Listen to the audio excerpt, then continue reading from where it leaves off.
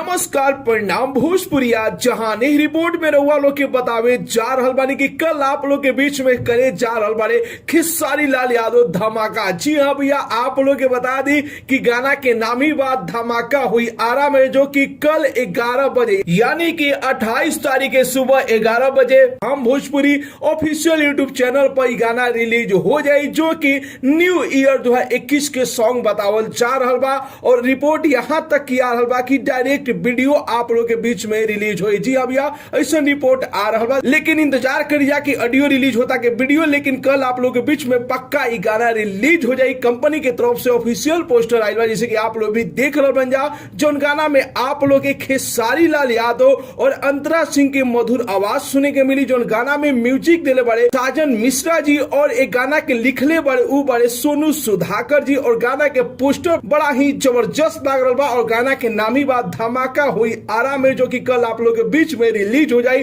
तो भैया आप लोग के पोस्टर कैसा लागल और के गाना के इंतजार करल बा, कल अपन राय जरूर ही कमेंट बॉक्स में बताई जा।